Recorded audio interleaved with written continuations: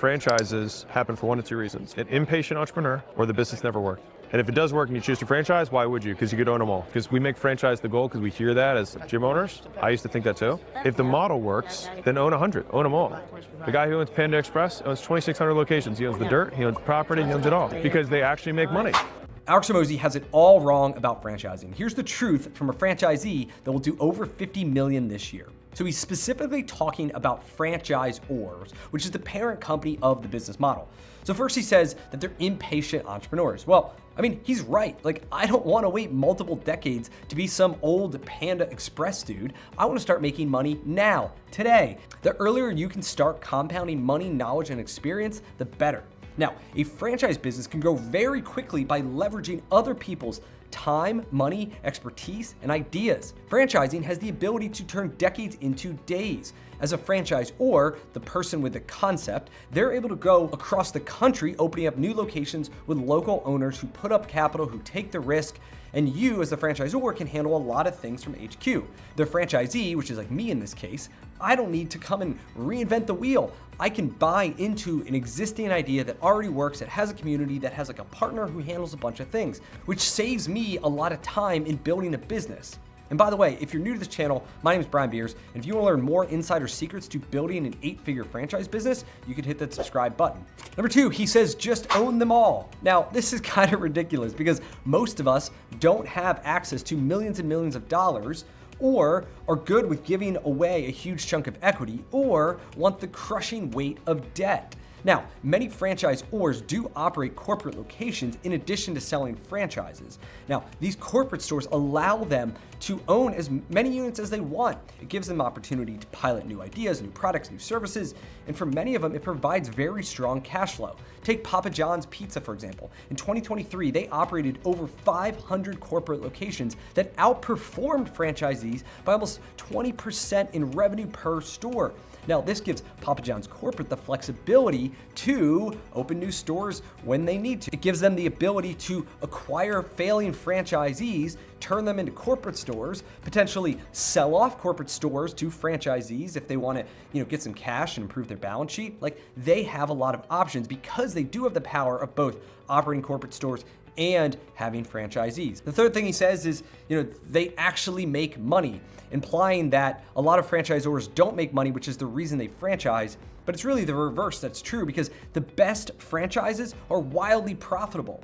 And that if you have a wildly profit idea, a lot of people are going to want to buy into them. And then once people buy in, if you have a business that makes money, you're going to reinvest as much money as possible into buying more locations and growing the business. I mean, in my business, I got an 800% return on a single deal where we put $50,000 down to buy an existing franchise that made us $400,000 the next year. Like, I can't get those returns anywhere else. So if I have a wildly profitable business as a franchisee, I am going to reinvest as much money as possible in order to continue to compound it. That's how I grew from just a handful of locations to over 30 in just 8 years. So if you're the franchisor, though, their business gets valued at a much higher multiple than an operating company, because a franchisor whose profit is heavily based on recurring royalties, which is essentially like contractual recurring revenue, is valued at a much higher rate. Now, a decent franchisor will trade at 10 times profit, up to 15 times profit, compared to an operating business of mine that maybe will go for 6 to 7 times profit at my size. If you have a very profitable idea, you can make way more money as a franchisor than you can as an operating company in a much quicker time period. Now, here's the rub. The potential for that big payday attracts a lot of sleazeballs. This is where franchising gets a bad rap, and I think where Alex is really speaking of is that it attracts a lot of people who have terrible business models and are trying to just sell franchises because they're trying to get rich quick.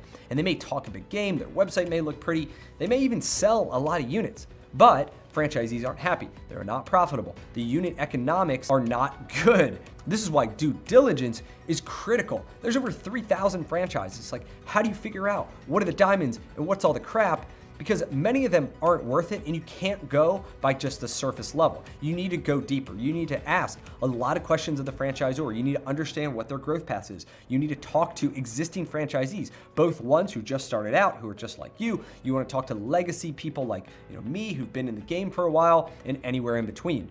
You want to make sure that when you get into a franchise that you align with the long-term vision that they have, because it's a big deal. Like, your entire life will evolve around building this new business of yours, and it's not something to take lightly. It is something that I help people with all the time, which is how do we evaluate great brands? How do we tell the bad ones from the good ones? How do we negotiate better deals? How do we find that leverage and all that? Now, finally, what Alex is missing. When done right, franchising is a great partnership. The franchisor handles the marketing, the branding, the website, software, R&D, supply chain, real estate, national partnerships, and more. They take a huge load off of franchisees' focus, which allows franchisees to just focus on local execution, which means hiring great people and getting them to follow the playbook. There's this famous saying about Michelangelo carving the David, and he says, he took away everything that wasn't David to make David. It's the same thing from a franchisee.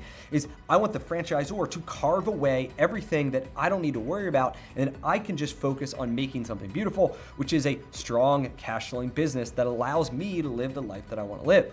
And as a franchisee, you can grow like wildfire because you have the ability to open up new locations. You can acquire existing franchisees and roll them into your system. You can diversify into other franchise brands that could cross-sell, that have synergies, that you could have partnerships with other people. Like, you have a lot of options as a franchisee when you want to grow. And franchisees want to sell to other franchisees. So it creates this like strong community where people know each other, they trust each other. When they want to get out and they want to grow, they got people they can go to.